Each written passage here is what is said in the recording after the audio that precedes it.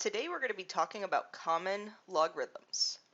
And what a common logarithm is when you have a log and there's no base written there. That's a base of 10. Okay, so what that means is when there's no base written there, that means that's a special base 10. So to find log of 6 on your calculator, all you have to do is type in log 6 and enter, and then we get this as our output. Now we want to round to the 10,000th, which is 4 decimal places. So we go 7, 7, 8. You look at the number after the 1, that's a 5 that's greater than or equal to 5, which means we round up to 2.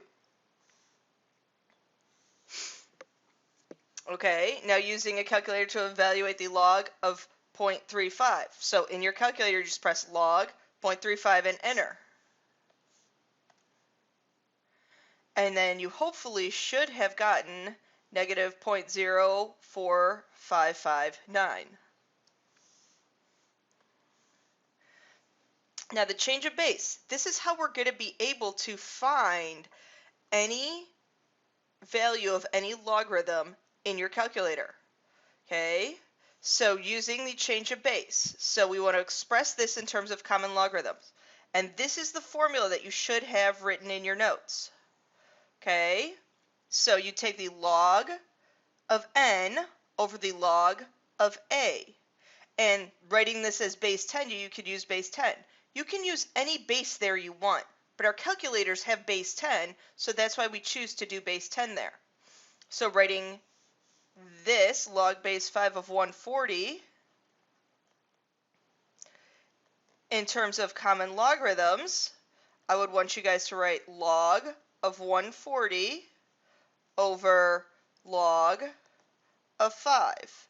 Now, how I remembered this is I remembered this in high school as log of 140. So I ignored what the base was. And then I put my little dividing sign. And since 5 is the base, it's a little bit smaller. It's a little bit below. It's a subscript. I remembered that the log of 5 goes on the bottom.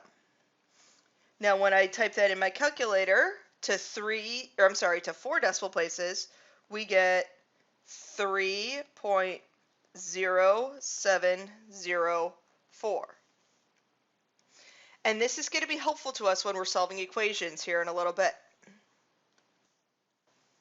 Okay, solving this equation now, rounding to the nearest 10,000th. There's 2 ways we could do this. I'm going to do this 2 different ways.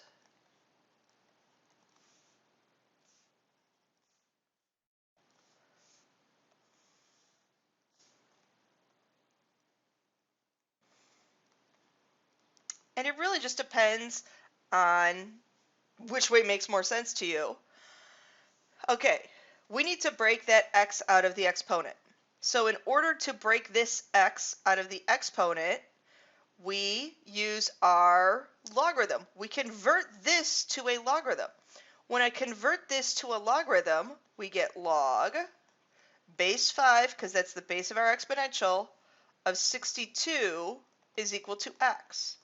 Again, that's why we learned logarithms, so that we could break an x out of an exponent. Now, in our calculators, we do our change of base formula, and solving this to the nearest 10,000th, we get 2.5643. Now, another way to think about this is using properties of logarithms. Now, if I log both sides, okay, when we have that log of both sides, that allows me to bring an exponent down in front. So we would get x times the log of 5 equals the log of 62. Now we need to isolate the x, so we divide by that log 5. So we end up getting the same thing. We essentially get our change of base formula. If you think about it,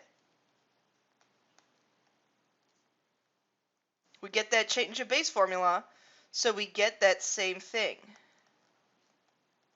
It's funny because one year I taught it this way, and then I thought about it this way a different year. So it really just depends on which way makes sense to you.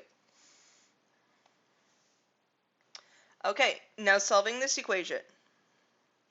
I like the idea of converting this to an exponential because that breaks off that exponent, because that's why we learned logarithms. We learned logarithms to get that exponent out, that x out of an exponent.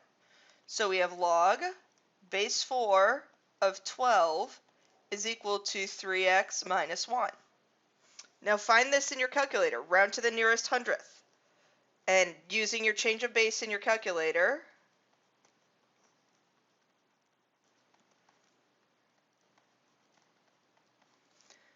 we get 1.79 is equal to 3x minus 1.